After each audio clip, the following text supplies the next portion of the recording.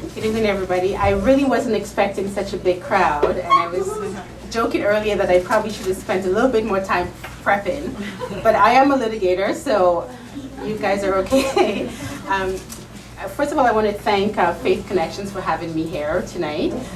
Not only for being here, but also for when I was researching the topic, it really gave me a new perspective on living my faith in the corporate world. I think a lot of times we talk about the topic, we think about it, but we don't look at what other people are saying about the topic. So thank you for giving me the time to research it. And I do invite all of you guys to actually go and Google it. Make sure you have a good 5 hours. But if you put in any related terms, there's a lot of stuff that comes out. There's a number of biblical passages, and it didn't occur to me until now that a lot of passages in the Bible talk about faith, and talk about business, and how we as Christians are called to live our life in the world and in the economic culture. So I do invite you guys to go and take a look at it. There's quite a bit on the topic, as I said, and I thought probably the best approach and what I'm good at is trying to be practical about how we approach topics. So I'll leave it to the Sisters of St. Joe's to give us the theoretical piece of it, because that's what they're good at, but I'm better at the practical piece of living your faith. So I wanted to talk about 3 topics. The first thing I wanted to give you guys a bit of perspective of why myself as a Christian in the corporate world has really found it quite easy to live my faith in the world and in my workplace. And the second piece, I wanted to talk about our interactions with people, whether it's Christians or non-Christians, in the corporate world. And thirdly, I wanted to talk about our perspective on success and how that has to be different, and our measures of success has to be different from the ordinary corporate world. So tell you a bit about myself and what I do in my day job. I am a lawyer. And as much as people always think of law in bad terms, there is a lot of consistency with being a lawyer. And when we look at the Bible talks a lot about advocating for the truth and looking for the truth. So at the end of the day, hopefully, if your client is telling you exactly what happened, you have the truth. But if you don't, part of being a good lawyer is really advocating for that. And that's consistent with what the Bible teaches. So that's what I do. I do management side labor and employment law primarily. So my job is to represent a number of big corporations in defending litigation, in helping them to discipline, terminate employees nicely. There are nice ways of terminating employment. And to, whenever there's a dispute, to really advocate for them and act on their behalf. In some cases, you have to vigorously defend allegations of harassment, sexual harassment, a number of different things. And that's my job as a litigator. Sometimes, it's an employee who's leaving a workplace, who's trying to steal clients and steal, personal information or confidential information. My job is to make sure we get it back, and we make sure the client keeps the client. So it's a very tough job, but I think people always ask, how do you do it and how do you really sleep at night if at the end of the day a couple of people have been terminated because of the work you've done, right? Because you now drafted the termination letter, you've drafted whatever package that they are receiving, and now some families now devastated because you've drafted that termination letter. So it is, I think part of it is when I think about where I am as a lawyer. I work at Theology. I was a summer student there, and I was also an articling student there. I got hired as an associate and then became a partner. And I think part of it is I've always been blessed with a good place to work, right? When I think about the values that my firm teaches, it's about integrity. It's about respect for everybody, no matter who you deal with. It's about professional excellence. And it's about doing a good job, so providing good services. And again, this message is consistent with what the Bible teaches in terms of making sure you do a good job when you are called to do something. So when I talk about the place I work, I think I've always been blessed with not having to make that tough decision of having to choose between right and wrong, or between my faith and what I'm called to do as a lawyer. I think the other piece that has always been easy for me, and perhaps from a very young age, is knowing that I'm smarter and I'm definitely a better lawyer when I have God with me.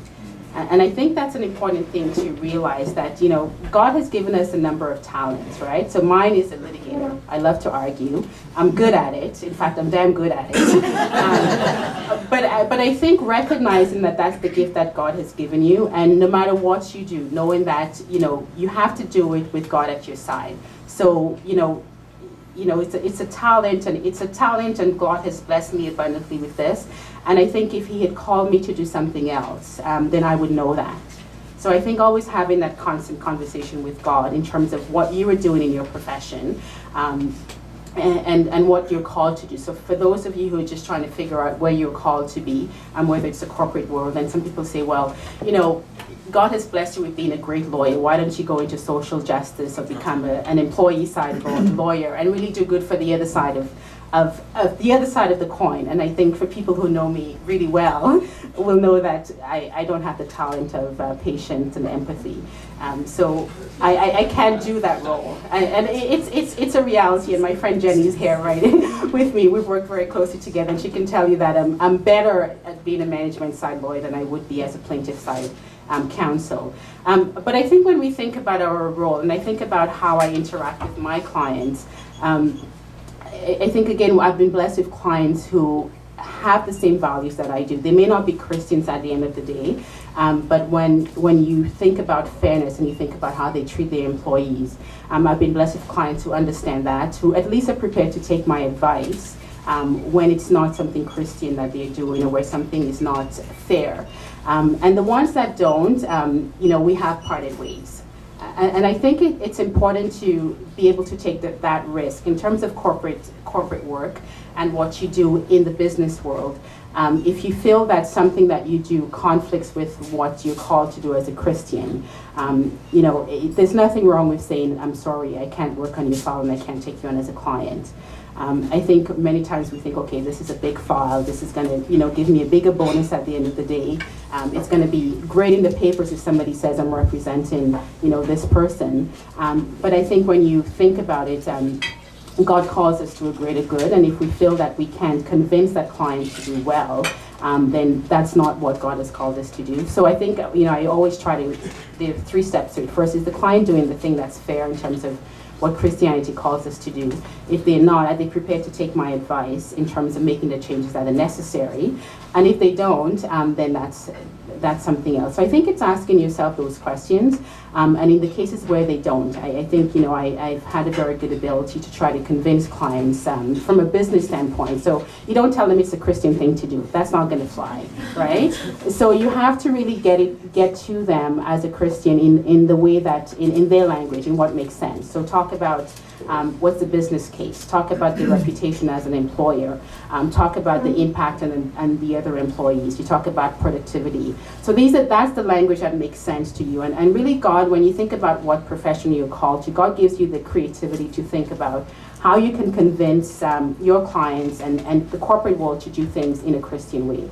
So that's how I have seen it in terms of clients. In terms of interactions with lawyers, with other lawyers and with clients, I've sort of overlapped in terms of my interactions with clients already. But I think in terms of compromising your faith, that's always a big one. So one of the questions we ask ourselves is, as Christians in the corporate world, if you're called to perform a task that you feel conflicts with your faith, what do you do? There are a number of passages in the Bible that talk about, being submissive to your master. So essentially, not being argumentative, doing what you're told to do. And really, where do you draw the line between what you're called to do as a Christian and what you're called to do at work? And, are you supposed to compromise that? And I always say the answer is no. You have the clear cases where, if someone calls you to engage in fraud, dishonesty, theft. These are the clear cases where the answer is no. God doesn't call us to engage in that, no matter what our masters tell us. So these are the clear ones that we can know whether we're Christian or not. It doesn't make any business sense for us to engage in those sort of behaviors. The harder ones are the ones where it's more of a gray area. So you talk about, someone calls you to do something that's, it may not be unethical, but it kind of smells funny. right? So these are the ones that are a bit more challenging for us as Christians. And it may be okay to the liberal Christian, but may not be okay to us as a more conservative Christian. So these are things you have to ask yourself. And you want, at the end of the day, to be comfortable with what you're doing in your professional life as well. If you're not, then you need to pray about it. If you feel that you're not and you're in constant conflict with what you're doing, then you need to ask yourself whether that's the right place for you. When it comes to making decisions about conflict, I think, as young adults and as young professionals, we have to use the wisdom of the people God has put in our lives, right? So I think a lot of times when it comes to making decisions about our faith and about business, we rely on ourselves. We think, I'm smart, I can do it, I can figure it out. But I think if you guys take one thing tonight is understand that God has put a number of people in your lives to help you to make those decisions, especially about your faith, about your work. So if there is someone at the company that you trust, that you can go to and say, I don't feel right about this, it doesn't feel right to me, let's talk about it. You can do that. If there's no one at your company that you can have that conversation with, think about who you can speak to outside of your company, that you can really speak in confidence about that decision. And chances are you will be able to figure it out at the end of it. So these are the more difficult situations. The other piece that I wanted to talk to you briefly about, and I actually included a question on our question for discussion, but it got cut off because we had so many. I sent in quite a few questions. Is it really such a bad thing to shy away from being evangelical at work, right? So again, I know as a Christian and as a Catholic, I'm not comfortable with going around and telling everybody, this is what God calls us to do. This is, what we're supposed to do. And I will be the first to admit that I have unfriended a few people on Facebook who constantly is sending you, biblical texts every half an hour. I've done it, right? So it's something that I think we talk about. We don't talk about enough. We don't talk about our roles, and I think it's a conflict that a lot of us have, and we don't talk about it enough. So I invite you to talk about that in your small group as well, and sort of share your perspective, because I think it's a difficult thing for us to do. For me, I find it easier to kind of throw in my face. So I'll talk about, I go to church every Sunday, and hopefully that triggers some discussion about, Christianity or something. Or I'll throw in something else that I did, that sort of, biblical or work-related or something to throw it in. But I'm not comfortable with going out and asking somebody, have you been saved? Right? And I think a lot of Catholics, we're not comfortable doing it, even though, God really calls us to do that. But, Catholics are not very comfortable with that issue. So let's talk about that during the discussion as well. In terms of the corporate world, it's a very fine line, because when you think about, you don't want everybody to think that you are crazy. Or you are not a good fit for the organization. And that's what usually happens. There's a stigma with people who go around and always preaching their faith and always, giving people Bible verses. And you have to sort of find a good compromise between what doesn't compromise my religion, but also gets the message across and gets me to do what I'm called to do as a Christian in the corporate world.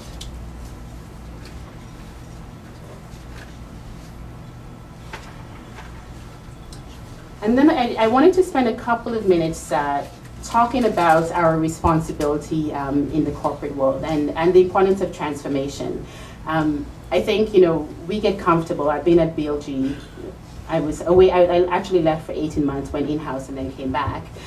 But essentially about 10 years. And I think it's easy for us to get comfortable with where we work and not think about our social responsibility and our Christian responsibility to transform where we work.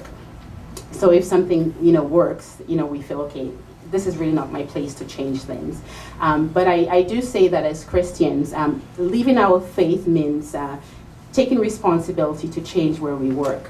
One of the pages that I saw online talked about being gardeners of the creation. And I felt that was a very good analogy, because it really tells us that, God has given us a specific lot in life, right? So this is the plot of land that we've been given. And as Christians, if our lot is in the corporate world, it's our job to plow it, to make sure it bears fruit and it transforms, right? So when you think of that image of Christianity, and you think of that image of a garden being transformed, it's not enough just to let it be how it is. So it's enough, what what God calls us to do is to really transform and make things even better. So in terms of one example, at BLG and in fact a lot of the big firms on Bay Street, there are not a lot of black lawyers on Bay Street. BLG, for instance, has 3 lawyers. So part of my goal and part of my how I see I can transform Bay Street is to try to encourage diversity at the law firms. When we think about the law firms, our clientele are primarily white. They are not visible minorities. So that's a big issue for a lot of the law firms. So what I thought would be the best way to do it is, again, speaking the language of where you work, right? So not going and saying, okay, you have to hire every single black person, every single black student who's out there, or every visible minority. You really have to, again, go back to the business case. Okay, so how do you transform a place? How do you make them see that transformation will help the business? So what I did was I got all the stats in terms of the business case for diversity. So talked about what clients are asking for. Clients are asking for diversity, especially U.S. clients are asking for diversity. India, China are becoming very big players in the marketplace. They are requesting diversity. They want to see people who look like them when they are on a business deal. So that's a business case for diversity. So I went to the managing partners, talked about the business case, and a diversity committee was set up. And it's become a big thing because more and more clients are asking for it. So again, it's baby steps. We still have only 3 black lawyers at BLG. But again, understanding that transformation can be baby steps. It doesn't have to happen overnight. You don't expect things to change overnight, but at least you feel like you've made some sort of transformation at the firm. And the other piece is, as you become professionals and as you spend more time on Bay Street, and you're good at what you do. So you're a good lawyer, you're a good financial advisor, you're a good accountant. You have that credibility that people say, okay, here is a smart person, and therefore, if this is important to them, it has to be a good thing. So having that credibility is a big thing when it comes to transformation. So again, at BLG, if I go to the managing partners and say, can I get a donation to this specific cause, they don't look at me and say, are you crazy? Because they assume that I've already done the analysis. I know it's a good organization. I know it's a good cause. So again, think of your role as you're in a special place. You're in a place where God has put you there for a purpose. And I think we have to keep that in mind, that no matter where we are, God has placed us in that position, right? If we've listened to what God has told us, He's placed us into that to make the difference. So therefore, understanding that your role is to transform and to change business, not overnight, but eventually, and get, you may not get the credit at the end of the day for that change, but you know that you've sort of served part of God's purpose. So I always tell people, if you feel that you are not serving your purpose, and it's something you have to really pray about. I know I'm a litigator. I know that's my call, and I know that's my purpose. I know my calling is to be an advocate and to transform business that way. I always encourage people to pray about where you are. If you feel that you are not, using your talents the way God has provided for you, then do something about it. Don't just say, okay, God will just give me another job overnight. You have to actively engage God and listen to the guidance that God has provided. Sometimes it means that that's where you're supposed to be. Sometimes it means that, it may not be the great workplace that you want it to be, but your role may be to make that transformation. Alternatively, your role may not be in that organization, and maybe if you feel that there's a conflict, then you need to think about how do I take steps to change it? What are the tools God has put in my ammunition to change it, right? And I think that's an important thing, that God has given us a number of tools. I was at Bay Street. I was a partner. I have a 3-year-old and a 6-year-old now. I actually left Bay Street for 18 months. I went in-house at FedEx to be a corporate counsel there. I didn't last very long because I realized very quickly that my heart is in litigation, and that's what God has called me to do. So BLG gladly took me back after 18 months. So for me, that was a bit of a transformation. Because again, praying about the issue, getting God's guidance, but sometimes recognizing that you may have to experience something to know what God is calling you for. And I think for me that was a bit of a wake-up call, because I thought, okay, in-house is much easier, it's better for family life. I get home by 5 o'clock, I can go to hot yoga every night, and it was great for family life. But when it came to my professional life, I didn't feel like I was as fulfilled as I was, and I felt like I was regressing. So again, using your talents and thinking, am I using my talents the way God has called me to use them? So these are some of the things that we need to think about. How am I for time? Good? Yeah. Okay. Okay, so finally, I just wanted to talk about a little bit about our perspective of success. I think when we think about success in the corporate world, as Christians, our perspective has to be different.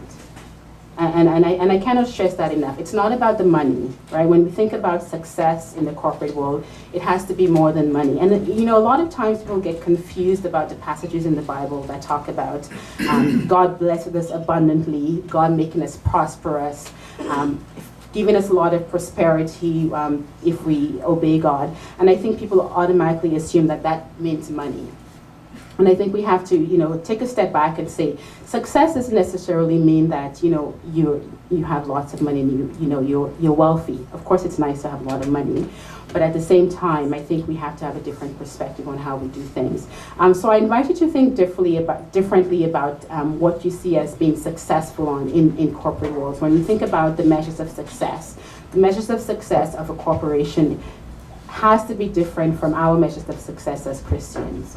We think, am I prospering in my family life? Am I prospering in my religious life? Am I prospering in my work life? And these are all things that have to be. And if one is not prospering, then there is an issue, right?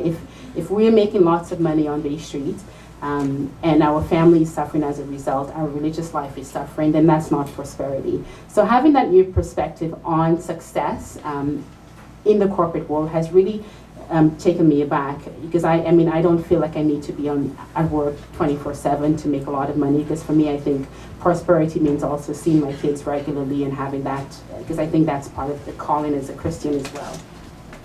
And finally, I just wanted to talk a little bit about thinking of where you are as part of God's plan, and I think I touched on that briefly already. Again, when you think about your role and where you are right now, this is part of God's plan for you. And when you think about the struggles you would have if you in the corporate world, again, this is part of God's plan for you. And I think when I deal with conflict on the issue, whether it's with clients, with opposing counsel, and you do it knowing that you're doing the right thing, you're doing it with the good wealth and the good brains that God has blessed you with, then there's a lot to be considered. When you think about that God is essentially responsible for the wealth we have, you have to ask yourself, is there an expectation for me to conform to society? No, there isn't, because God has blessed you already, and God expected you to conform to His covenants, not to the covenants of society.